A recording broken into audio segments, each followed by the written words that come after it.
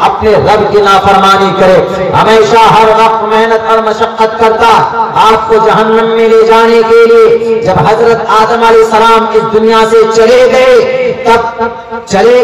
تو ان کی اولاد کو بہکا کر پھسلا کر ان کو یہ کہا کہ اگر ان اولاد آدم کا عقیدہ ایک اللہ پر رہا تو یہ مریں گے تو جنت چلے جائیں گے، اس لیے ان کے عقیدے کے اندر سیند لگاؤ، ڈاکہ ڈالو، اور یہ کہا کہ دیکھو یہ تمہارے پوروج تھے، یہ اتنے نیک تھے، اللہ کے اتنے قریب تھے کہ جو بھی کام ہوتا تھا تو ڈائریکٹ کر لیتے تھے، تم کو ہو نہیں اس لائق، اس لیے کام کرو تم اپنے اس دادا پردادا جو ہے پوروج ان کے نام سے تم اللہ سے مانگو گے، اللہ سے تم کوئی سفارش کرو گے ان کے ذریعے سے، تو اللہ تبارک و تعالیٰ تمہارے کام اور تمہاری ضرورتوں کو پوری کر دے گا۔ تب جا کر وہاں سے بت پرستی شروع ہو گئی، انہی کی پرستی شروع ہو گئی۔ کچھ دن تک تو رہا اللہ سے مانگتے تھے ان کے ذریعے سے، لیکن جب ایک نسل دو نسل گزرے اس کے بعد اللہ بھول گئے اور پھر اسی اپنے اس پوروج کے سامنے اسی کا ایک مجسمہ بنا کر رکھ لیتے تھے، انہی کے سامنے نمو برہمنے نمستے وایو تمیو پرتکشم برہماسی، اسی کے سامنے میں اندن تمہ پریوشنتی، اسی کے سامنے میں اوم نمو بھگوتے واسودیوائے وشویشورا آدی پرش اپرمپار اللیک پرشا نمہ، یعنی اسی کے سامنے نمو نما کرتے تھے۔ نمو نما کا مطلب اسی کے سامنے سجدہ کرتے تھے اور انہی کو اپنا سب کچھ مانتے تھے کہ ہمارے سب کچھ یہی آپ ہی۔ تب اللہ تبارک و تعالیٰ نے حضرت نوح علیہ السلام کو بھیجا، ساڑھے 900 سال تک اس زمین پر رہے۔ نوح علیہ السلام نے لوگوں سے کہا، اپنے قوم کے لوگوں سے کہا کہ لوگوں جس کے سامنے تم سر جھکاتے ہو، جس کے سامنے تم دعائیں مانگتے ہو، یہ بے جان ہے، یہ ان کے پاس طاقت نہیں ہے، ان کے پاس کوئی پاور نہیں ہے، ان کو جس نے پیدا کیا اس سے تم کیوں نہیں مانگتے، ان کی تم کیوں نہیں عبادت کرتے، آخر ان کے سامنے تم اپنے سر کو نستمستک کرتے ہو، تم اسے اللہ سے مانگو نا، اس ایک پرماتما سے مانگو نا، اس ایک ایشورا سے مانگو نا۔ جب ان کی دعوت پڑھی بہت محنت کرنے کے بعد ماتر 82% 82% لوگوں نے ان کے ہاتھ پر ان کے کہنے پر مومن بنے کہ ٹھیک ہے آپ بولتے ہیں تو ہم آپ کی بات مانتے، لیکن پوری قوم نے مخالفت کی، پوری کی پوری قوم نے مخالفت کی۔ جب پریشان ہو گئے تو اللہ تبارک و تعالیٰ نے کہا کہ نوح، اور یہ کہتے تھے ایسے نہیں بلکہ کہتے بھی تھے، چڑھاتے تھے، کیا کہتے تھے کہ نوح کیا آپ اللہ کے پیغمبر رسول ہیں، نئی شریعت آئی آپ کے اوپر، آپ کے پاس وہ دیودوت آتے ہیں، آپ کے پاس یمدود آتے ہیں،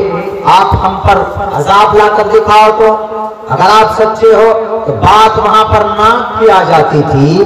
تو حضرت نوح علیہ السلام کی آپ تاریخ دیکھیں، قرآن کریم میں موجود اللہ تبارک و تعالیٰ نے کہا کہ میری نگرانی میں کشتی بناؤ۔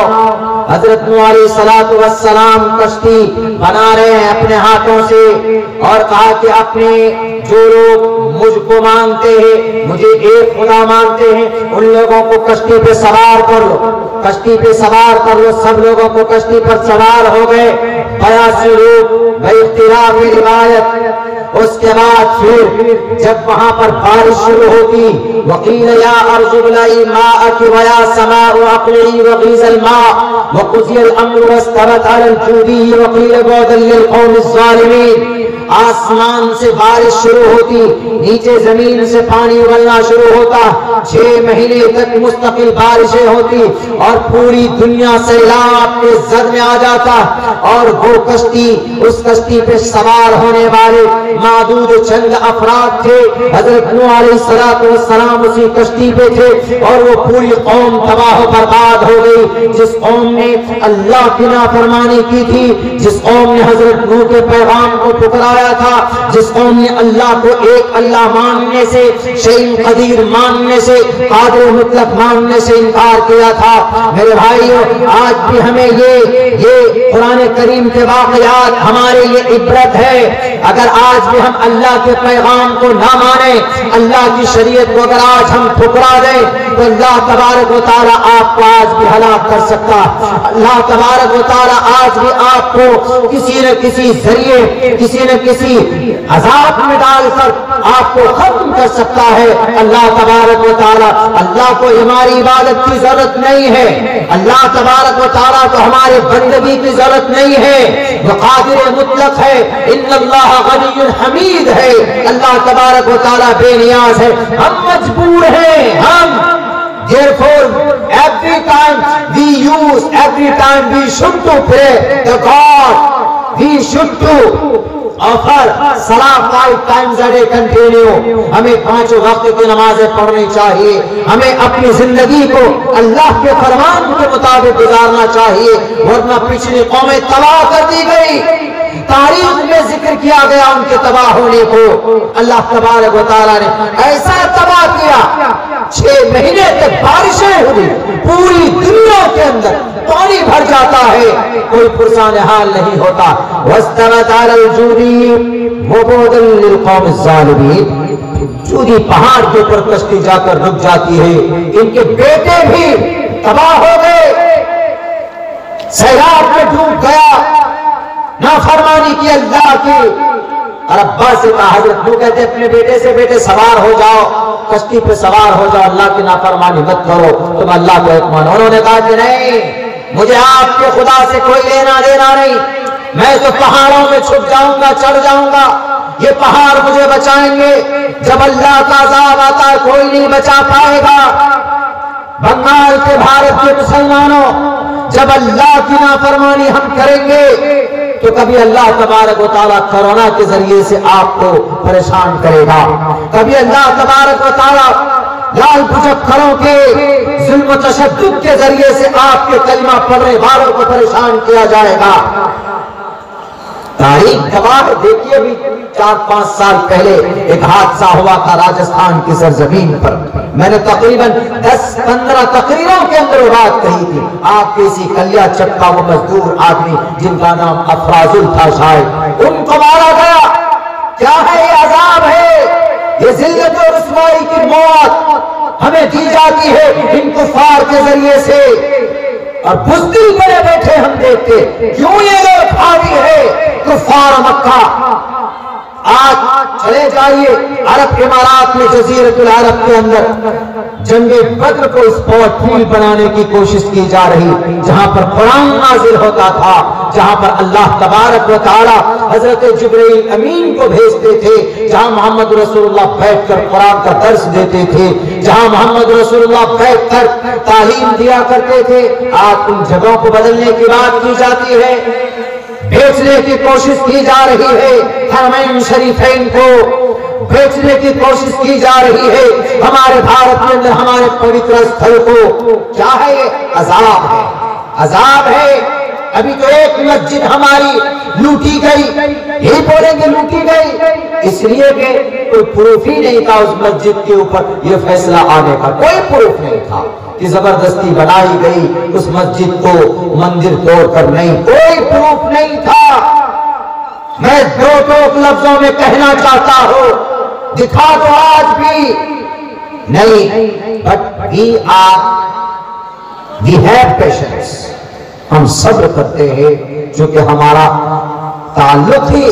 اسلام سے ہے، اور اسلام کا مطلب امن اور شانتی والا مذہب، امن کے ساتھ اللہ کی عبادت کرنا، مسجدوں میں نماز پڑھنا اور اپنے شریعت کے مطابق زندگی گزارنا، امن شانتی اس مذہب کے ہر گلی اور کوچے کے اندر بھری ہوئی۔